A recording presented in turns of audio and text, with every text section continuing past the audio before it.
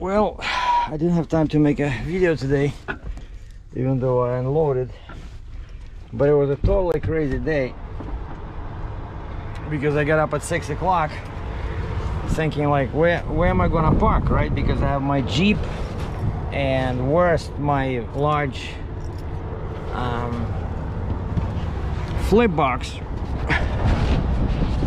They were in my spot.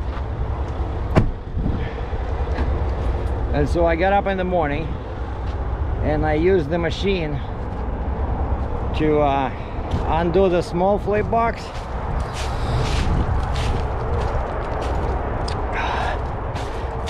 And I put it on the trailer. When I came here, I asked the buyer, the owner, if I can use his machine to drop it, and so I was able to come in here with the machine, drop it, and then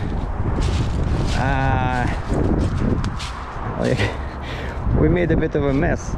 And then this thing was sitting in front of the Jeep, right? So then I hooked up this with the excavator, and the trailer was in the middle of the yard, and then I came there, drop in there, and nobody's helping me, right? Because the buyer, you know, it's not his problem, right? So I probably did like 10 miles jumping out of the excavator, hooking up chains, jumping back, and that thing took 1.5 hours to disconnect, because again, I'm by myself, right? And you try to lift it, the pins are stuck, then you have to jump out, correct, you know, move it slightly. Like I moved out all pins except one less pin. Took like half an hour, you know, because it was a bit twisted. And but yeah, then I extended the boom all the way, and the stick and the boom, and I was able to come under this tree and just put it in there, and it was standing. And then I jumped out of the excavator and the chains were loose, and I just pushed it down and it fell right on the skid. Perfect. And then of course I took the Jeep and I parked the Jeep where my truck was parked, in front of the house, that the spot she gave me. And then I'm thinking, what am I gonna do here, right? I don't want to disconnect the booster, that's too much work. So I figured I'm gonna try something crazy like this. I put the rams down and I was watching my plate. This is the first time I ever did this, so I was watching the plate thinking that it's gonna hit the that side, that part over there, the middle, you know. But I was stopping every 5 inches. That's not good. So it sits in my spot. Hold on. Well, I cannot check it anyway, so because it's all there. But it's closer. I mean, it's closer, right? Because yeah, it's definitely closer. So there's definitely more space, and all I'm trying to do is make it easier for this guy. And you see, he's parked like this. Okay, hold on. I'm probably I wanna put a flag or something in there so that nobody hits me. So now all I gotta do is I gotta send I have to send the email to the broker saying that the load is delivered. All right, just checking the other door. The load is delivered, but I got if that's one of mine, that's fine, because I got a bunch of spare ones in the truck.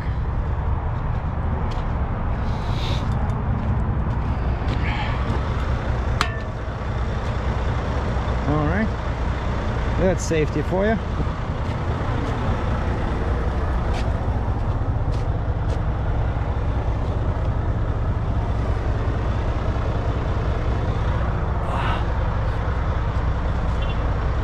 Maybe it's from the Jeep. I don't know. I'll check. Okay, I got my computer, I got my wallet, I got my key for the car. I think we're good. So now I'm just gonna go to Starbucks and get some coffee and send the email to my factoring company. Hopefully they'll pay me today. Yeah, this was. So basically, I started working today at 6:15. 6:15.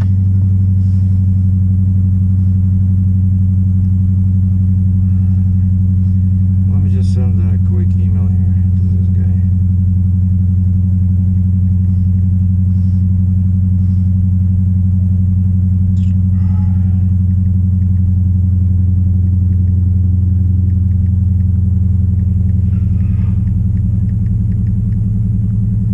The load is delivered. We'll send over the PRD shortly.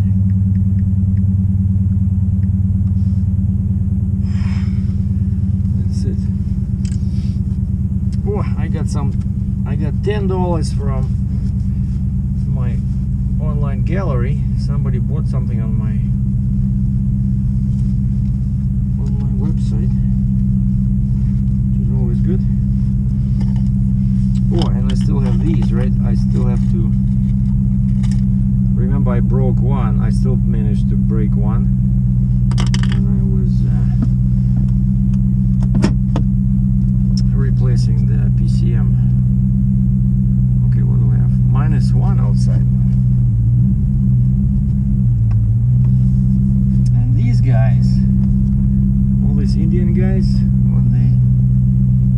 as soon as they came in, I started noticing a bunch of, garbage bags, bottles with piss. We didn't have it before. Like, I would not do that. Like, you throw a bag with garbage on the ground. Like, what do you think is going to happen with it? Somebody's going to come and pick it up? I'm going to talk to the boss there. Can they just throw it on the ground? Like, they treat it like India. I don't have anything against, I'm not racist or anything. I'm just stating the fact. Who moved in?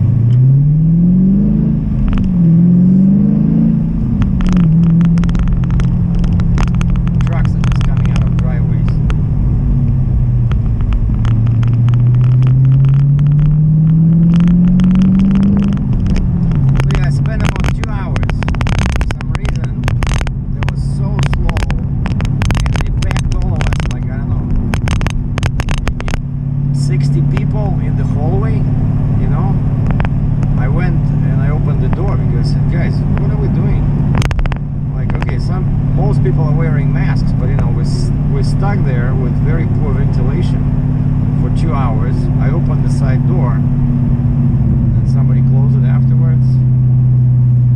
And then finally, after 2 hours, I was the first at the door, and the guy motions me, "Come in." And so I come in. Took him 5 minutes to stamp my paperwork. You know, he checked it on the computer. Yeah, ITN, 72-hour notice. Then I crossed the bridge. The Canadian side took less than 5 minutes. As I was pulling in, another truck was pulling out, so I just, you know, hit my brakes at the stop sign and went in. She said, "How long in the States?" I said, 5 days. "Where did you go?" I said, "Ohio." Just drove empty, picked up the load. She didn't ask me why it took 5 days to go to Ohio. Sometimes they ask nosy questions like that. Ohio, like, you know, okay, you went to how far? 400 miles? Alright, so why did it take 5 days? And of course, if she asked me that, I would have said, because I had to sit over the weekend. I couldn't go into Michigan on Saturday, Sunday.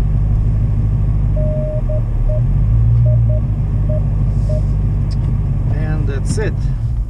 So now we're gonna do the video, and then yeah, I'm gonna go to Chrysler, get one of these pins, and then I'm gonna go and grab that paste that somebody said that paste is good. But it's so cold now. But I'll need to find a way to climb on the roof somehow and seal. I'm pretty sure it's my air horns, where the air horns are connected to the roof. It's probably one of the guys made a comment about this. So he says it happened after you washed your truck, and I'm thinking, you know, those guys, they use, it's power wash, right? It's super strong current of water. Definitely could have misplaced or knocked off, you know, a seal from the roof, you know, because it just bolt in probably, right? Bolt into the roof, and there's some seal in there, and these guys maybe washed it away, you know, because I didn't have it before, and I only had it once, not on the Mac, never on the Mac, but I had it on the International after I installed the roof deflector. I mentioned this before. And they did a bad job, they didn't seal properly, and so it started leaking. But here I asked them for two extra horns. So normally you get 2 air horns, right? I asked for 4 when I was speccing this truck, and so I'm not sure who installed these extra air horns, where they installed at the factory, or maybe these guys installed them here. And I would trust the factory more, right? Because here sometimes the dealer, sometimes they can use you know, trainees. Sometimes people will not put enough sealant, but then again, maybe they did everything properly and I just lost the seal because of the power wash, you know. So I'm no biggie. I don't think it's anything like broken, like between the cab and the sleeper, like some guy was commenting. No, it's because I see it's like dots. I see like one dot pretty much behind the driver's seat, and then another dot where it's, you know, it's very localized. It's not like all over the place, you know, and it's not draining, you know, pools of water. It's just, it's not that bad. So that's the plan. So yeah, so paperwork to get paid, paperwork to the broker, then get this thing replaced, because yeah, this is too big. I need a smaller one. And then figure out a way to seal the roof. And last but not least, of course, I need to find a load, because Thanksgiving is coming, and usually on Thanksgiving that's like a total wasted week. 1 week there won't be any loads. And speaking of loads, I just realized something, that I left all my masks in the truck. Nothing here, nothing here. So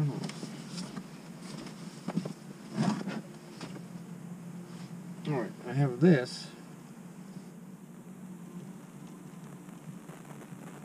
This should work. Okay, let me check this.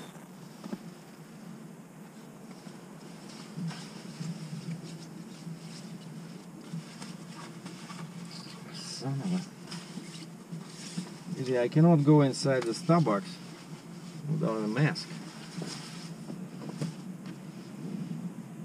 Right, I'm gonna wear this. You guys will laugh at me, but actually I bought this for... I bought this for wildlife photography. See, and I got matching gloves. Well, this will work in the pinch, right? Because what's funny is that as soon as you buy coffee and you sit down, you can take it off. So you only need it when you walking in or walking around, right? So that's my new look. So back in Cambridge, taking a couple of days off.